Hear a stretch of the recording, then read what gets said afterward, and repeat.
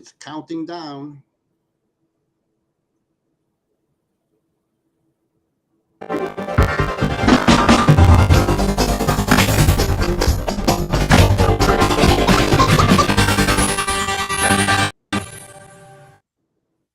Hey everybody, it is Tisha S. Welcome back. Zone where understanding politics is made simple. I'm just one of your host.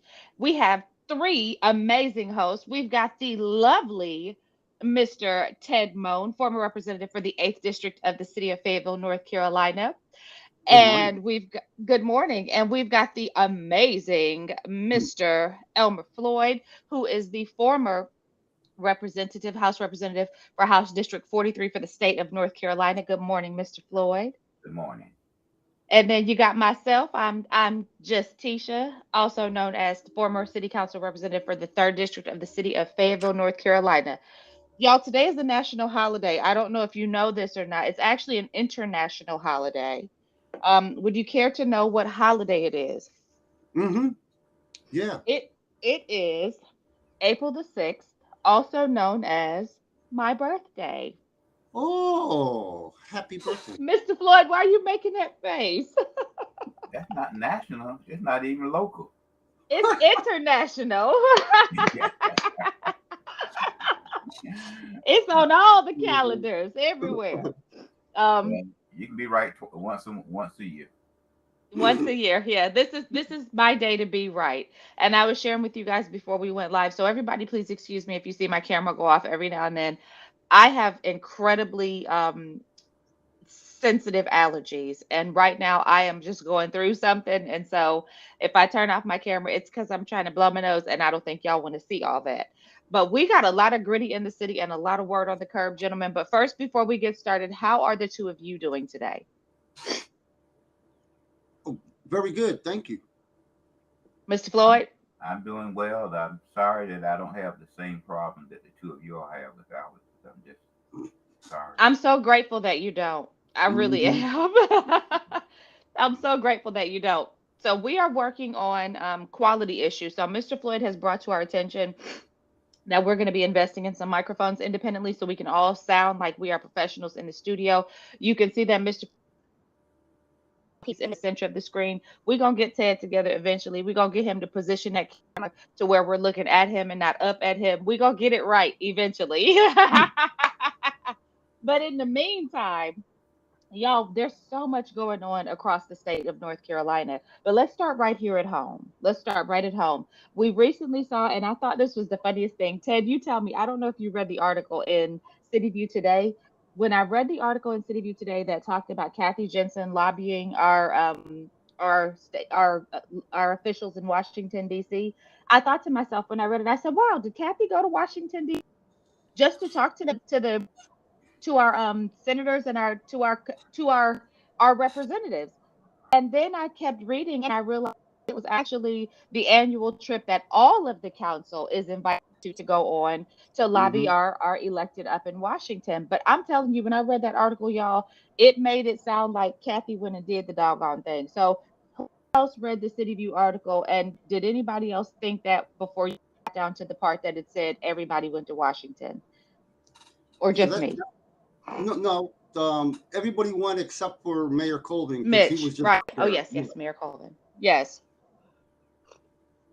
Now, Mr. Floyd, you have reached out and you asked me a question about the funding for those trips. What was the question so that we can talk to our audience about that? Because we want to make sure that everybody understands what the purpose of these trips to Washington, D.C. is and where the money comes to pay for the trips. And mine was as it relates to the state. That there's a separate, actually it's separate, but it's included X dollars, just like the county board of commission. I believe they have X dollars for travel and training. So I was Mm-hmm. just concerned whether or not uh, a separate X that's added to the salary, uh, uh, or is it set aside to use up to that maximum of four Mm-hmm. thousand dollars? I wasn't sure. So, yeah, my understanding changed. And Ted, you may know if it's changed. Unless it has changed, it's a size. So it's just a lot of budget. That's your travel budget. And if you Hmm. don't spend it, it just sits there. And there are some people like Ted never spent his travel budget unless it was something that was required to go to. Ted did not. First of all, Ted knew everything already. No. But I also think, Ted, tell us why didn't you ever go to like NLC or any of the things like that? Because I had a job working on Fort Bragg, and well, I mean, we already have lobbyists, and I just don't see the need for all 10 council members going up there. Just to, we got local offices right here, for our representatives, Absolutely. and since we already have lobbyists, I'll station up in right outside of DC twice, and I'm like, okay, I don't need to go see the dogwood, or the whatever, the It's not a vacation flowers. for you. Right, Yeah. right. And I'll tell you, Mr. When we talked about this, and I won't mention any names, but when we talked about this, there was one council member in particular who was very vocal about saying that council members needed a break and they needed to be able to get away. And so they would use this trip as that break and that getaway. And every year they would go and they would not attend any of the sessions, none of the sessions. And they would go and they would do all of the things that the city had to offer, but they would not attend one session because they viewed that as their God-given right as a council member to go and get a break from being here. Well, Keisha, as a politician, I wouldn't say that when I'm using taxpayer money, so I'll just step aside from that. A wise politician will not make those kinds of statements. And since you're traveling on municipal money, and then you ought to attend as many of the activities as possible. But it goes Absolutely. back to what Ted said. You have lobbyists, but in this community, uh, representatives and council persons and commissioners, uh, when you do this and you bring back to Bacon, what may it be, housing, transportation, direct transportation to Washington, D.C., infrastructure, education, when we lobby and bring these things back, our community is the only community that unseat the representatives that bring back what you ask them to do. And you are tier one community. I can't and I'm saying this for Senator Neville and Basile. If you look at what the two of us did for our county, we bought back over $500 million. So the question of it is this year, how will the county be represented as it relates to funding from the present delegation? Well, I think it's going to be such an interesting conversation. And just for the sake of our viewers, because we want you to know we got a really great show for you today. We're going to be talking about Commissioner Booth's attendance record. We're going to be talking about Hopeville's EEOC complaint, Spring Lake digging themselves out of this hole. We're going to talk about the breaking news of Cotham changing her political party, which gave the House a supermajority. And when we get right there, Mr. Floyd, I think that it's going to tie into what you're saying perfectly. We're also going to talk about the North Carolina budget and the line items that may or may not be in that budget for Cumberland County. But I think to your point, Mr. Floyd, we are seeing the effect, the choices to unseat both you and Senator Deviere right now. We're seeing the consequences of those actions, and we'll talk about that in just a little while. But Ted, what are your thoughts about you already shared, but tell me what your thoughts are about the educational aspect of like North Carolina, of National League of Cities, where everybody comes together and they're able to kind of see what other cities are doing and how they're addressing problems. Because one of the things that I found, I did not find value in going to lobby. Like as an example, when we would go to Richard Hudson's office, I didn't really find a lot of value in that because, like you guys have noted already, we have lobbyists and they are already doing that. I think it was more of a photo opportunity. It was a chance for us to go and see his office and for us to feel important by being walked through the halls of Congress, and which is all nice but not necessary. But I did find a lot of value when I would attend the courses that would show us how other cities were addressing issues. Because see, we don't know every Hmm. Floyd, how you always talk about the channels for moving water, right? You would always, well, actually, when I went to San Antonio, I saw the value of that. And so being able to really um kind of get in the loop other politicians and find out, how are you guys fixing the issues, or how are you just concluding that this is something we just can't do? So I found that to be valuable. Ted, do you think that's of value in these trips? No, that would be. And Mayor Colvin and the previous mayors, they've gone to DC throughout the years. You know, the mayors coalitions from all the mayors, you know, and so having a representative like the mayor there, I think is good, because Mayor Colvin and the previous mayors have brought back some good ideas. But again, do you need the entire city council to go, plus some staff members, plus, you know, now it's good, you know, for the millennial commission or the youth, you know, our youth group, you know, to go up there and they learn some things, but um, I just don't think everybody needs to go every year. That's just me. So, no, I get it. I get it. I completely get it. So now we also, as we saw that happening, and let's be clear, because I don't want anybody thinking that it's just the city of Fayetteville. All of the municipalities that have the ability to travel or have a budget to travel usually. So, like, you'll see Mhm. people from Spring Lake, you'll see people from Hope Mills. The smaller municipalities, you don't so much see attending because they don't really have budgets that really permit that. But if they, you can also pay for yourself to go. So it is not, Mhm. it is open to any elected official across the United States of America. And so if you have questions about that, most certainly reach out to your representative, find out, hey, ask, specifically ask them, which classes did you attend from those classes. Make sure that they are engaging in a way where they're not wasting your money by just going on vacation, but they're actually going to get information. But Now, T, Miss, go ahead, uh, sir.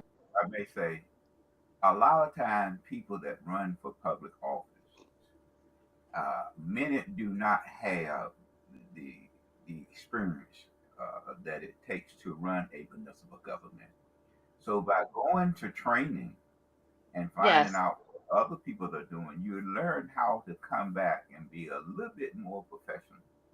absolutely. Move, as you look at city programs and projects, and even you learn how to respond to the media.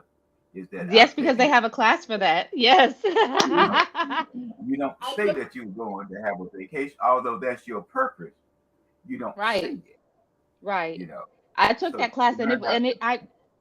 you're dead on, Mr. Floyd. And that's why the value in it for me was it taught me how to be a more poised elected official, and it taught me how to actually observe issues and to create solutions to those issues. The only problem is bringing that back home and actually getting some implementation, because for some reason it seems like we are stuck in a rut here where we just do the same old stuff, and we just want to tweak it a little bit.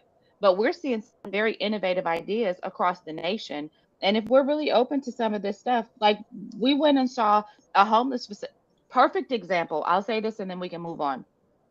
When we went to LA, me and Kathy Jensen toured and I think one other person went with us, but I cannot for the life of me remember who it was.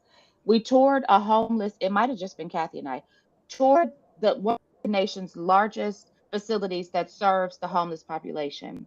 And we saw how they set up their facility in a way that created this continual movement toward personal sustainment. Brought it to Fayetteville, and we're like, we might not be able to do it on as level as them, but we certainly implement some of these ideas. It went nowhere. It went nowhere. Once I realized that, I was like, it's futile to go and get good information if when you bring it back, it's not even going to be considered. So I digress. But anyhow, I'm sorry, too. go I'm ahead. sorry. I'm sorry. I remember the time I said to you and Ted before I was became a member of the trustee board. One member just could not understand that he was working out at Fort Bragg, making less than $6,000 a year, and the pastor was making 30. He just couldn't understand it, T, and it caused chaos at every trustee meeting. It, other Yeah, words, the scope was beyond. it was beyond him. It was beyond his ability to, Yeah, finances. unfortunate, but so accurate. Accurate. Listen, so Ted, you've been busy. You Mhm. created it and the graphic. talks about Michael Boos's attendance. And the reason that this, let's just be clear, the reason discussing Michael Boos's attendance record is what, Ted? Um, There's speculation that what? that, that he now has a house down in South Carolina, um, Right. and that there are some public records about that. But he also, him and his wife, are registered to vote, at his son's house, you know, out in Stedman. Uh, but so what I have on this graphic here, can you see the graphic? Yeah. Okay. So the the left graphic, all the way to the left, is the 2020 attendance. Every time and these are just the regular meetings. It's not when they have committee meetings and stuff like these are the regularly, televised, recorded meetings. Um, he was right at 81% attendance, and then 2021 it dropped down a little bit to 70, say 2.5%. And then last year, he started off very, very strong with January on the bottom, December on top. And then around the time that they were selling their house here in Fayetteville and getting the new house, that you start to see a lot of meetings that were missed. And you I hope there was nothing wrong with him, Right. medically or We anything like that. definitely, yeah, let's definitely Yeah, say that because sometimes people are going through medical issues. They right. do not disclose that, and it's not our Yeah, business. it's not our However, business. we do get to critique a person's attendance record to the job that they are doing. And it is Right. just fine to tie that to the speculation that this attendance record may be because of the fact that they now reside in South Carolina, which creates a hardship to get to a meeting on a Hmm. regular basis if you don't find Right. that to be your priority. Right. And then on the top right, that's this year, and he's made 6 out of 10 meetings so far. So, Right. And but I'm not in gonna say no, I'm not gonna say any names, but we have people right here in Cumberland County who have dealt with life threatening issues and hmm still as elected officials have continued to show up to do their job. hmm Yeah, and Okay. so I mean, it's it's one of our county commissioners, and it just seemed interesting that last year he really started missing a lot of meetings. It looks like he's getting back on track with 60% this year. He was just there Tuesday. He was there. It's it's all on video. Mm-hmm. Um, so, but yeah, something happened, and I hope everything's going back on track because he's up for re-election next year, and I think And we may not see him run. We may not see him run. no, I mean he was on the school board for years, so he's been a public official for many many years. If you combine the time on county commission and also his time on school board. So I mean Okay. he's done his part for Cumberland County. I mean he's been there for years. He's done his part. And if he decides not to run in 2024, no one can blame him because I mean, how long do you just keep running and running and running before you need a break? So, Right. but I And I'm mean, gonna say I'll this because I don't want anybody to get this twisted. I like Michael Booth, so I'm not coming down on him, but there's rules and regulations that govern where you can work as an elected official based upon your residency. And so, like you or not, if you don't live in Cumberland County, you need to go on and be known. But Tish, my philosophy is that when I was a representative, you have to be present to serve and provide for your district. You have to Mhm. be present. Michael Booth is a Republican, right? I believe so. Yeah. Yes. Do you think maybe he just feels like there's nothing he can do? Because I know at one point some there was some discouragement upon the Republican members of county commissioners because they felt none of the Democrats were going to give them a shot to really lead. So do you think that some Well, of this may be let me ask you a discouragement or question. If I'd hate to keep butting in with you and Jed, no, you're good. the This two your of you all show. served on the two of you all served on the council, okay? And J.L. Dawkins is real unique and real smooth as he is able to adjust some things at the council level. So I wouldn't say that because you are a Democrat or you're a Republican that you are unable to do it. Yeah, because he's JL, on a board for and they made him, yeah, they made yeah, him the mayor pro tem. skillful. Okay, Hmm. he is skillful, and getting the council to do certain things as just one word and black life, what do matter. Matter. Yeah. Let me say Okay, this. Let me say this though. But let me say this, Mr. Floyd. When it comes to Dawkins and when it comes to that mayor pro tem position, Ted, yes, when it comes to the mayor pro tem position, it's decided in whole part by who the mayor wants. Because most of the members of council will oblige the mayor in who he wants in that position. Now, sometimes you will see people buck against that because like we saw that this time. There were a few members of council that just did not agree. But for the most part, people go along with what the mayor wants. So the question begs to be answered: what is the mayor getting out of the relationship with Johnny Dawkins as his mayor pro tem? Because that's who he wanted. That's who he wanted. well again, T, again, it's very skillful. Mm. Okay? It's a skillful move so that you look at because there are times, we look at it from a General Assembly standpoint of view. Every number on a bill has different relationships. I may be against Ted on this bill and be for him on this bill. So I don't create an animosity between Ted and I because I'm gonna need him at some time Later down the during road. Hmm. my bills. So it's very Yeah. skillful. Mr. Floyd, you mentioned something about an EEOC complaint. Tell us about that. Well, and looking, there has been several complaints filed. That there are some racial discrimination concern with the police department.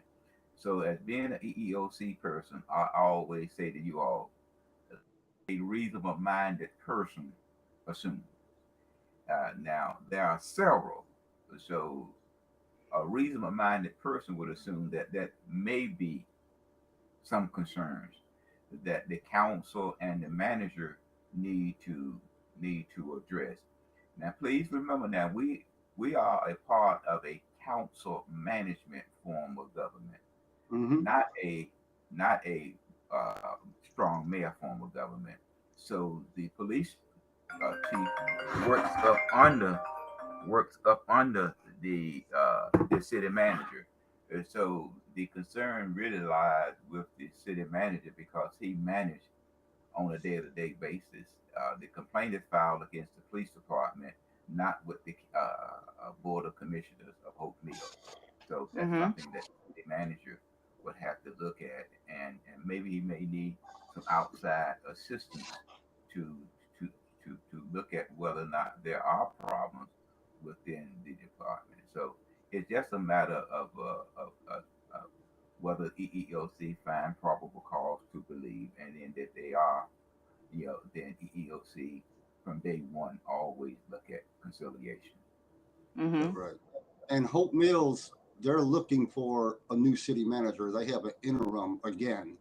They Hope Mills has been just going through city managers in the Is last couple Chaun- of years. is Chauncey McLaughlin still the? yes, I don't know. Because I there was believe a so. lot of chatter. Yeah, there was a lot of chatter on Hope Mills chat. What's the page called? Hope Hmm. Mills, whatever it's Chat. called. There was a That's it. There was a lot of conversation about why him. Now I've met him before.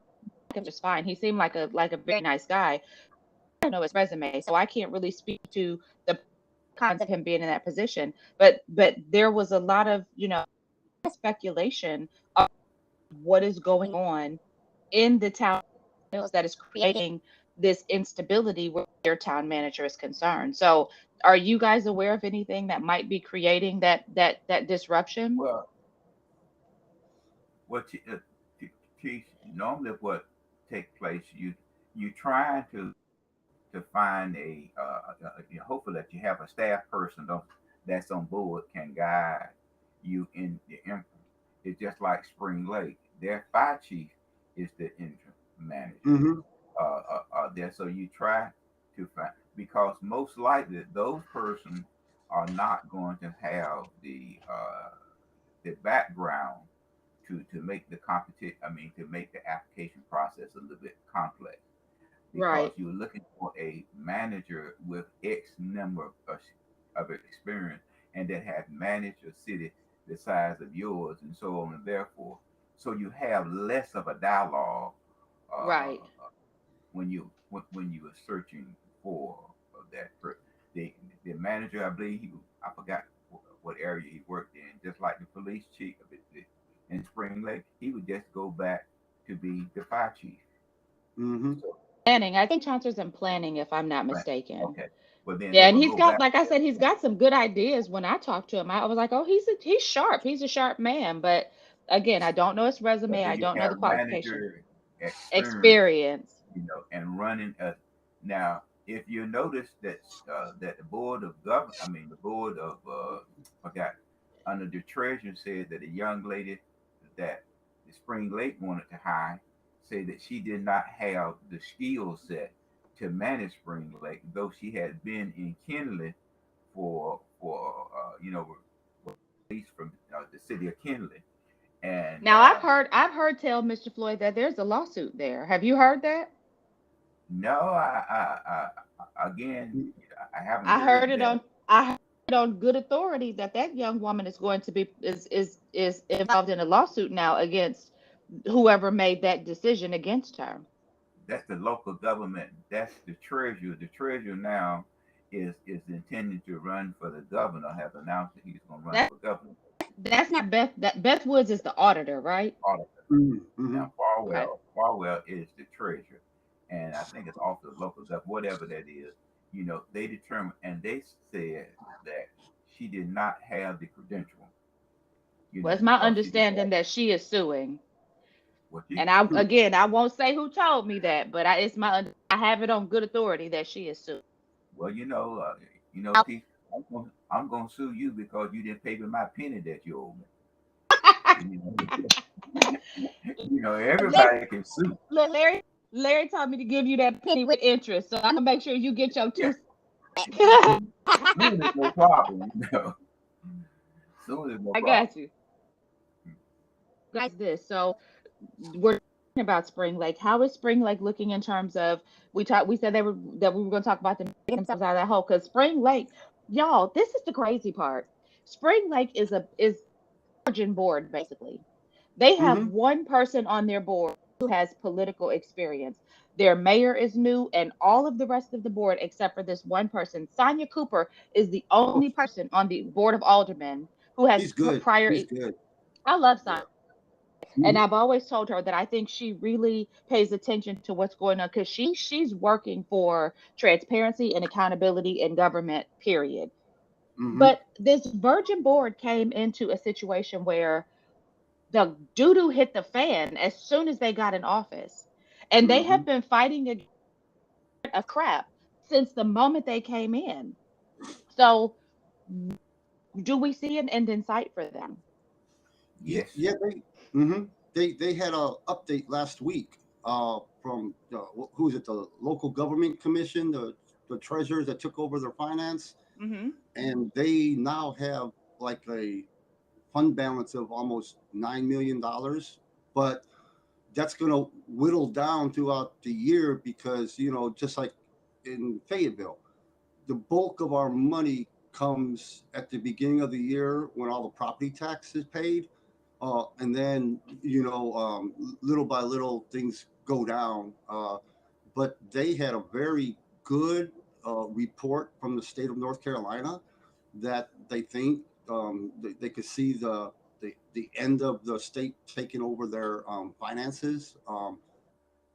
still do their budget this year, but they really, oh my goodness, in a year and a half, have really, turned around. Kudos today. Hmm. Like how we said last week when we gave the mayor an attaboy, we need to give the Hmm. town of Spring Lake an attaboy because that's good job. Because Hmm. that first of all, it was a huge embarrassment for the town to have to go because Hmm. it says we just did not as a governing body, the two who were our predecessors just did not handle their now we need to give a warning and say, Spring Lake, please don't find yourself in this position again. Hmm. Leticia, It's shiny objects. it goes back to having a strong manager and then have a strong finance director, not Hmm. one, not one person being both. Hmm. When you Yeah, got one person being, I write it and I sign them too, No, that's a can't do that. problem. and That's a then I problem. present to you as a board that meets on the whatever you call it, a report. I present to you a Yeah. report. Yeah, I write Yeah, my checks, cash my checks, I sign my checks, and then I report on my checks. Yeah. yeah. That creates a problem.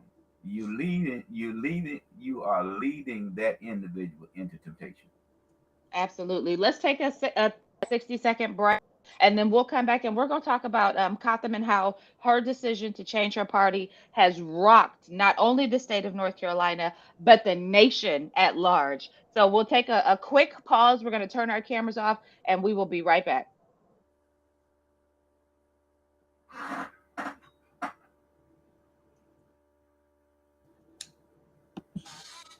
Are you looking for a real estate agent who knows the Fayetteville community inside and out?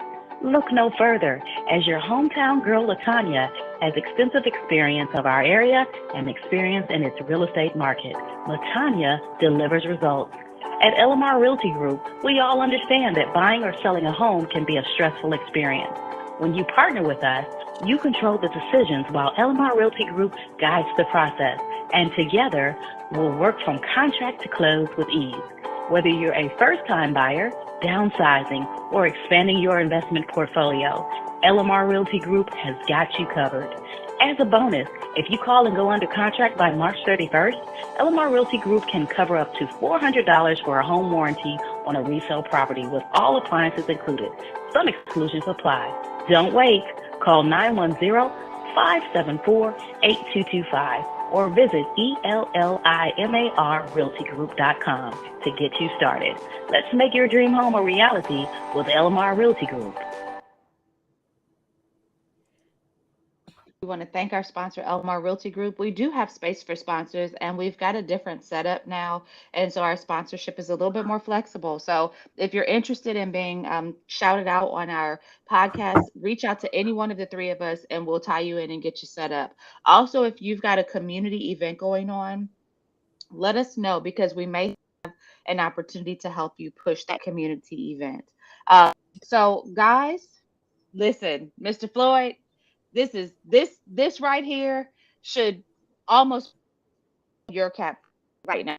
You and for Kirk because Cotham's decision to change her political party gave the House of Representatives in the state of North Carolina an official majority as far as Republicans are concerned, and took the state of North Carolina feeling purple to being solidly red. And I just want to say this, and then Mr. I want you to you and Ted can have, but I just want to say this. This is the Democrats' fault because if they would alone in your race and let you and whoever duke it out without introducing Kimberly Hardy, then you would likely still hold that seat in the 43rd district, likely. And then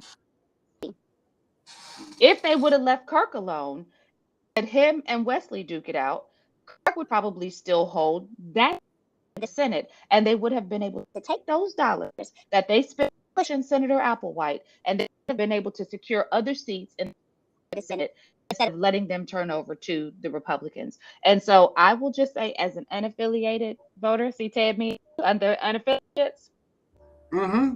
Yep. Unaffiliated. Screwed the pooch on this one. They screwed the pooch on this one, and good for the Republicans to take advantage of it if that's what they so decided to do. But Mr. Floyd and Ted, what are your thoughts about this? I'll let Mr. Floyd go first. Well, T, I'll just say I understand what she was saying about how bullying is part of the Democrat process. I can talk from a Democrat standpoint of view because I experienced it, Mm-hmm. and when you really look at it, they want you to follow the executive line, and then they want you to follow about six other persons within the Democrat Party, House Democrats now. But they follow that line. Even if the bus run over you, they want you to get up the line. Okay, you got 6 to 8 person in the House that control who they want to support as candidates. Okay, and they don't believe that Cumberland County can select its own representative without having direction from the House or from the executive branch. So this young lady just said, I'm just fed up with it. I'm just tired of it, you know. And the Democrat Party do not want, especially an African American, that can think for himself or herself. They want the African American or any candidate to sit in, to fit in, and carry out their agenda.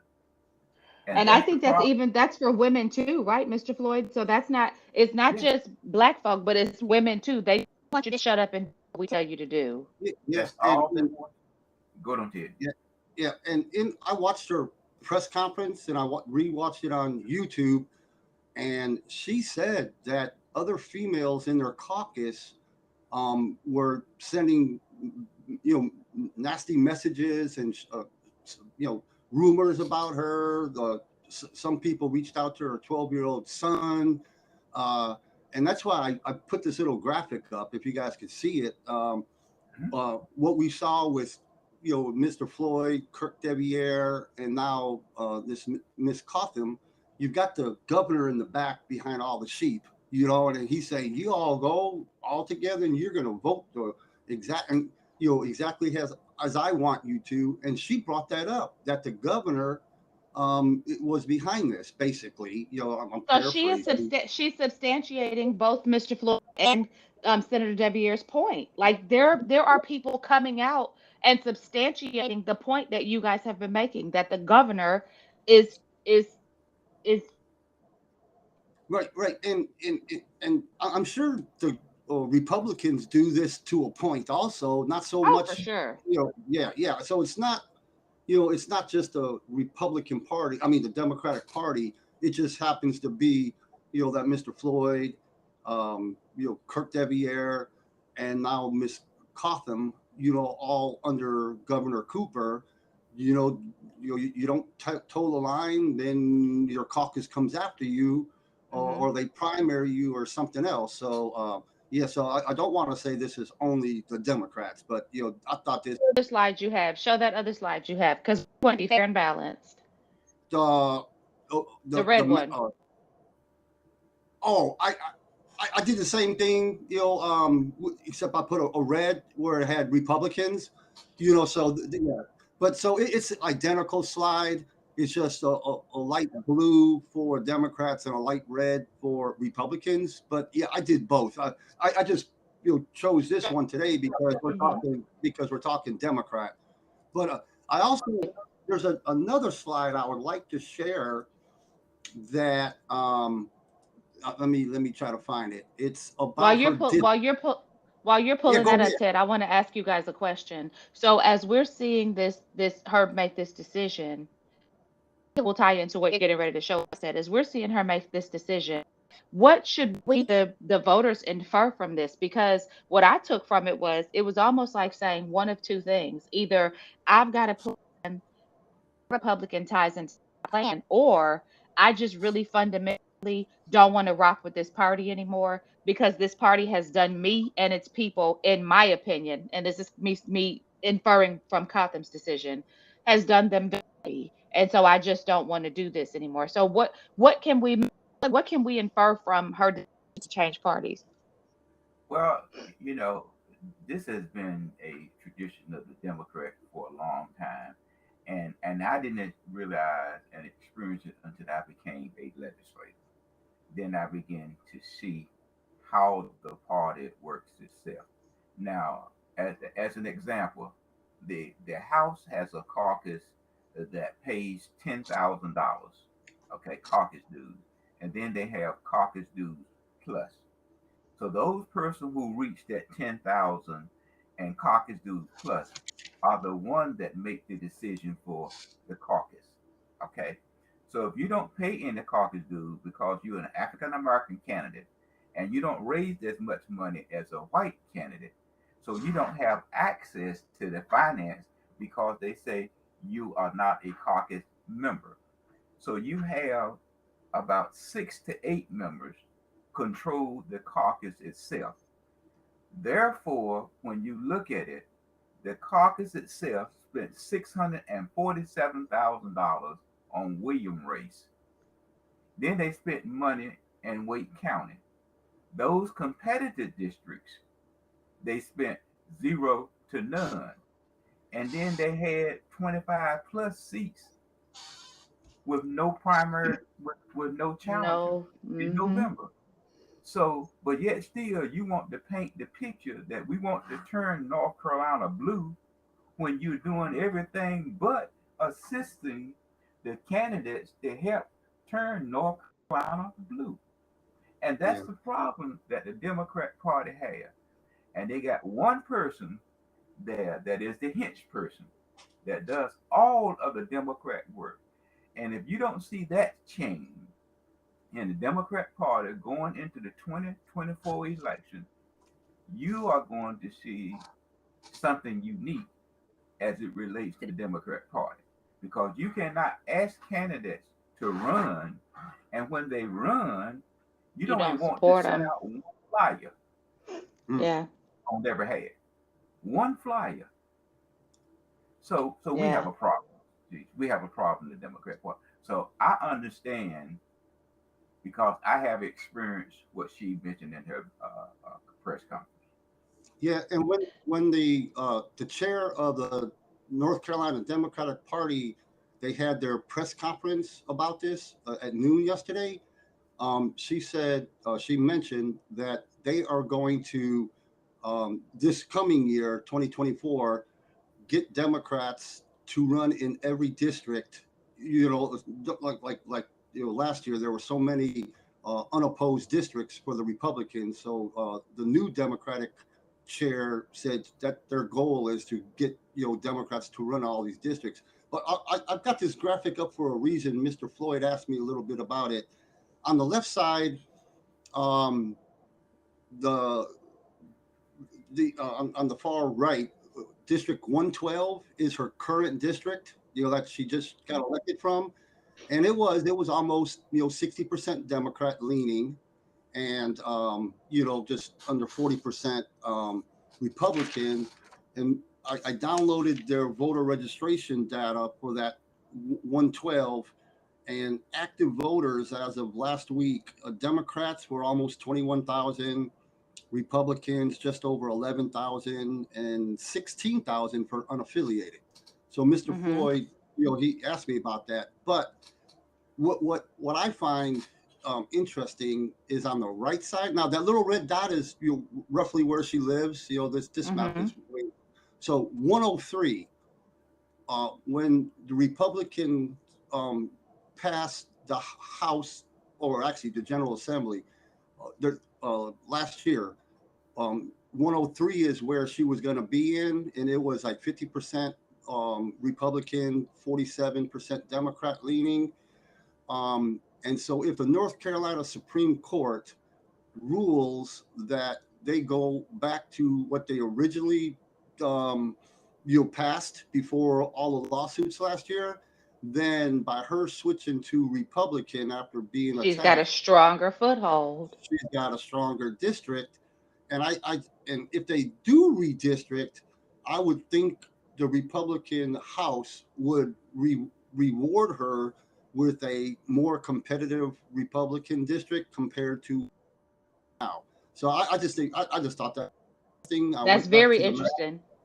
Leave Yeah. that up, So Ted. Leave that up for a second, because Mr. Floyd, this answers my question. Remember, I asked the question, what can we infer? Can we infer that she's got a plan and being a Republican plays into her plan better? Well, Because T, that politicians know how to keep they can count. that's what I'm saying. Prior to that, prior to her moving over, she looked at these numbers that Ted just, you know, Absolutely. just brought up. Now, what you had to look at statewide when we had election last year, all the judges lost. Those persons that running for statewide office lost as it relates to Democrats. So you have Democrats that we refer to as card carrying Democrats, which is about 25% that switches over in November. And you have about 42% of the unaffiliated that vote Republican. So all of these numbers are just rough numbers that I'm sure that she factored into her decision making about the possibility. And for you to say, we want you to give some money back and we want you to resign is a nice conversation for And anybody it's to not about say. to happen. Yeah, we look, Beth Woods, the auditor, they want her to resign. She done ran into somebody's parked car in a state owned vehicle, and she said, I'm not resigning. No, I mean, If you you want me know, gone, you're gonna so have to get me gone. that's the point that we're making. And what she's saying, the Democrat Party, and I said this to all of my colleagues, you got to change your message. Yeah. They have the same one, and again, it's the in the House side, you got the 6 to 8 people that's making all of the decision for the caucus. And I hate to say it, T, but my African American colleagues in the caucus, they just sit in to fit in. They just follow. Graphic that Ted showed. It's that sheeple graphic. Now, last 5 minutes of the program, let me ask you guys this question. Ted, you can take your graphic down if you want to. Jim, how does this play into decisions that we're going to see coming out of the House and the Senate? Like, what are we going to see in terms of legislation? What are we going to see in terms of the budget? Because it's that time. So now there's a supermajority on both sides. So if the governor really doesn't stand a shot, what I was reading said a lot of the stuff that the Republicans could not get through in the last term, we're going to see a lot of that coming back now and being successful. So what are we in store for, Mr. Floyd, Mr. Moan? Well, the governor is going to let a lot of bills come into law without signing. mm-hmm. He's already started that. Yep. That's going to be the plan for the governor. It's not to Explain that sign. so that we can educate me and our If he doesn't audience about sign what it, that means. if he doesn't sign it within a reasonable period of time, it automatically becomes law. And what is he can always didn't agree with it? I didn't sign the bill. Okay. And you know, it's just like somebody saying that you know, I didn't sign HB I think HB2. HB I didn't sign. or No, yeah, no, HB. this HB2. Mhm. I didn't sign but I made a mistake when I voted for it. Well, Right. you voted. It didn't change the vote, but you made Right. a nice statement. Okay. Right. You made a nice statement now. But Or the like vote saying is I didn't sell the house, I just and it went into foreclosure. that's the that's that's the thing. So what is going to have to happen going forward is just like, and I said this to you all earlier.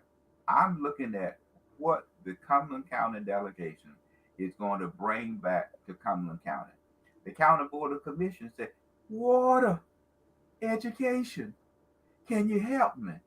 I want to see any bills introduced for $10 million to help the county build E.E. Smith.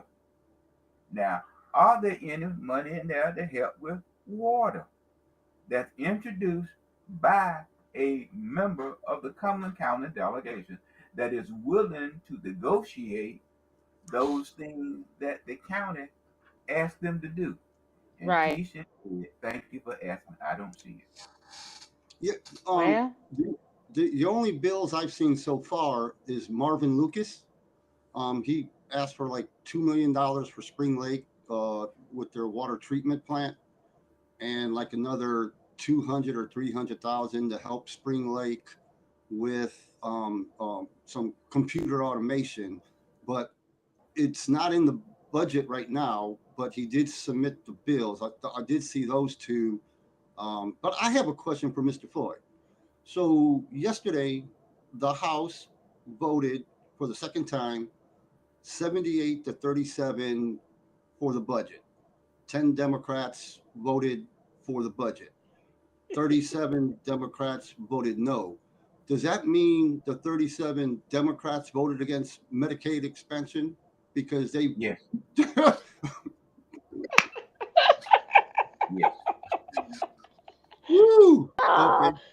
it's not what they say. It's not funny when the rabbit has the gun. Is that how they say it? Yeah, it's I not mean, funny when the rabbit has the gun. and that's the same thing when the budget goes over to the governor. It's gonna have so many things in there that the governor don't like that he probably let the budget bill come into law without signing it Yeah. because Now, they're gonna add a lot of things in there.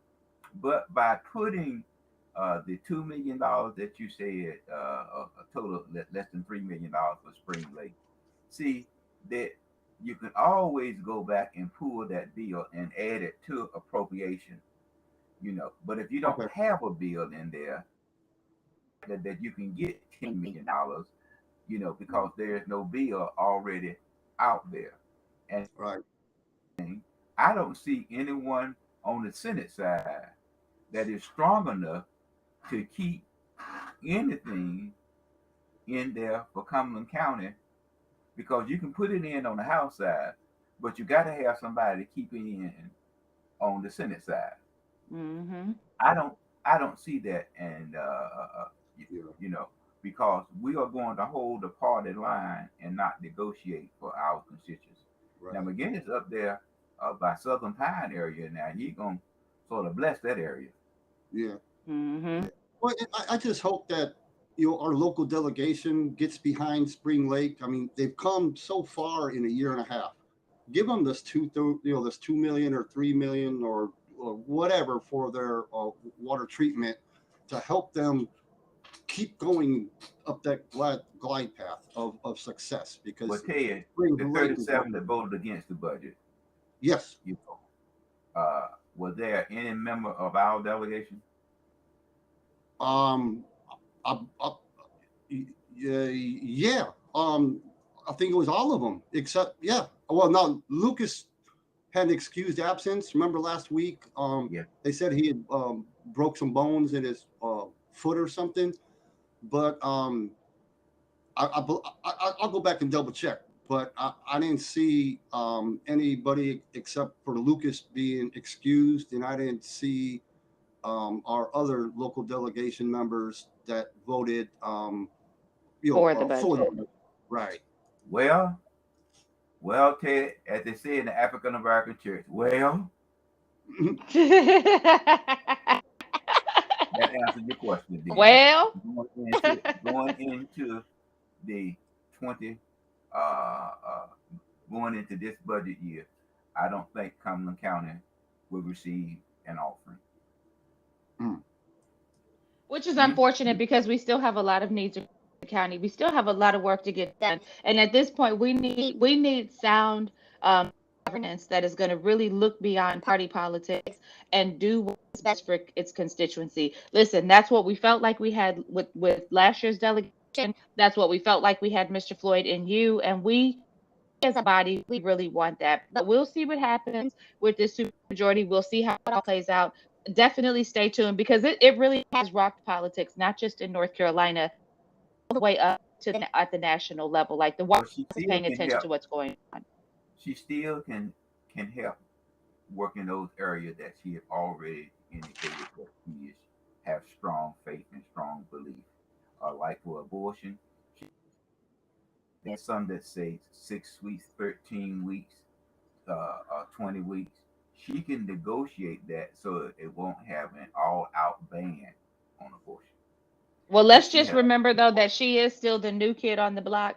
And even though they're all glad to have her in their camp because it gives women are treated like women are treated in politics. And we can try to negotiate and we can try to have our say, but the reality is it doesn't matter which side of the team you're playing for, treated like a woman in politics. Unless you're dealing with some exemplary individuals, you're hushed and you're shushed and you're pushed to the back of the line. And I think that's the same thing with people of color in politics because I'm gonna say this, and I know people don't like to hear it, but I'm gonna say it anyway. The political structure was not designed typically called minorities. The political structure is a white male dominated game. And it is the way it is, and it is what it is. And we have to stop. I'll say this, these are my closing words, and then y'all can have it. We got to stop putting all our eggs in the political basket because that is not what's going to save us. For me, Jesus Christ is my savior. Can't none of y'all beat him. So feel how you want to feel about this politics game. It is what it is, but I'm not hinging my hopes on our politicians doing the right thing because I just don't think that they have the capacity to do that. And that's my closing thoughts. Gentlemen, well, Teach, I'm gonna say this: no white candidate in Democrat Party cannot win an election unless he or she has 90% plus of the African American vote. we know that, but Mr. Floyd, they still the structure of the determination of the way that things go, even though we're voting people in, we're not setting the agendas because we vote and we walk away. We are not involved. We don't understand. That's why this program exists, because our function is to help people understand the nuances of governance. The people who really get it, the people who know how to tweak and maneuver and play are the people who have been playing the political game for the longest. And the reality is that ain't us. Some of us have the quick capacity to catch on. A lot of us are waking up and beginning to understand. But now with that understanding needs to come some holding people accountable. And that is the biggest problem in the political process is there's no accountability. And I'm gonna give you an example. Let me give you an example. Black folks went out in droves and elected Joseph Robinette Biden to the position of president of the United States of America, overlooking all of the indiscretions where his past history of racism blatant was concerned. Now he is the chief elected official in the United States of America, and we see racism playing out in the White House. We see it with this basketball situation. Have y'all ever seen the loser be invited to the White House? No, and this morning on CNN, Angela Reese said that the team is not going to accept their invitation. Because why would you? Because for everybody else, if we win, we come and you celebrate us. But Right. now, because Lily White didn't win and Yep. Brooklyn Brown did, now everybody can, oh, it's sportsmanship. That is not how this game goes. But No. we overlooked the indiscretions of racism because it was a he's gonna do this and he's not a racist and he's gonna all a politician has to do to woo the black community is say the right thing. That's True. it. That's Well, it. Say the right thing. only thing I'm gonna say, Teach, is that the African American, that 90%, and they always say in the last election, the African American did not turn out to vote. Yes, because they wanted the African American to turn out to vote and to vote a straight You don't want Democrat. to do nothing. So Yeah. they always say the African American did not turn out as projected. Right. But what I'm saying here to you, Tish, the African American has voting strength. They Mhm. can dictate, they can control, but what they want to do, as my good friend Archie McMillan always say, Mr. they just McMillan. fit in to fit in. And there's so much good in the worst of us, and so much bad in the best of us, that it would behoove none of us to talk about the rest of us. So Right. God bless you. Yep. And These are my closing remarks. Now, hey, now that graphic on the right, of course, I kind of altered. Yeah. But basically, yesterday, Miss Cotham gave Governor Cooper, you can't see me. Yeah, I just thought that was funny. That's my closing. Oh, and next Monday, if you want to go, public hearing, city council, 4-year terms. Yes, and I'll just tell you guys, look, it's we're coming up on Easter where we celebrate the resurrection of my Lord and Savior Jesus Christ. And I just want to remind everybody, this is a season to rejoice. Don't worry about the craziness you see going on because he will return. He's coming back for his and we are going to be up out of here and the rest of y'all can have it. So, look, that's the gritty in the city and the word on the curb. That's a great graphic, Ted, and a great way to close. Y'all have a wonderful week. I'm gonna shut this camera off and play. Catch you next week. Don't forget to like us, follow us, and subscribe, and to catch us wherever you listen to your major podcast. We're gonna keep on talking about it as long as y'all are gonna be about it. So have a great